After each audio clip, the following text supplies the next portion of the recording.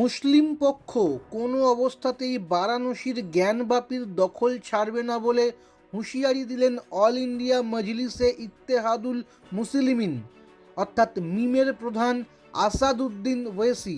সোমবার হায়দ্রাবাদের সাংসদ বলেন, আর কোনো মসজিদের দখল আমরা ছাড়ব না, অনেক হয়েছে। বারাণসী জেলা আদালত ১.৫ বছর আগে আঞ্জুমান ইন্তেজামিয়া অর্থাৎ জ্ঞানবাপী মসজিদ কমিটির আবেদন খারিজ করে দিয়ে হিন্দু পক্ষের আবেদন মেনে জ্ঞানবাপী চত্বরে পূজার্চনার অনুমতি চেয়ে দায়ের আবেদনের শুনানিতে সম্মতি দেওয়ার পরেই আশঙ্কা প্রকাশ করেছিলেন ওয়েসি। বলেছিলেন, অযোধ্যার রাম মন্দির বাবরি মসজিদ মামলার মতো পরিণতির দিকেই বারাণসীর জ্ঞানবাপী মামলা এগোচ্ছে।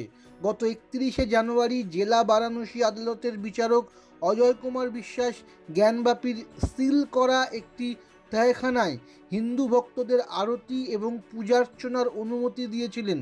পরদিন থেকেই দৈনিক ৫ দফা আরতি শুরু হয়েছে সেই বাসকা তহখানায়।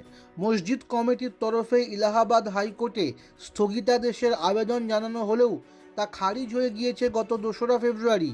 এরপর মসজিদ কমিটি দ্বারস্থ হয়েছে সুপ্রিম কোর্টের।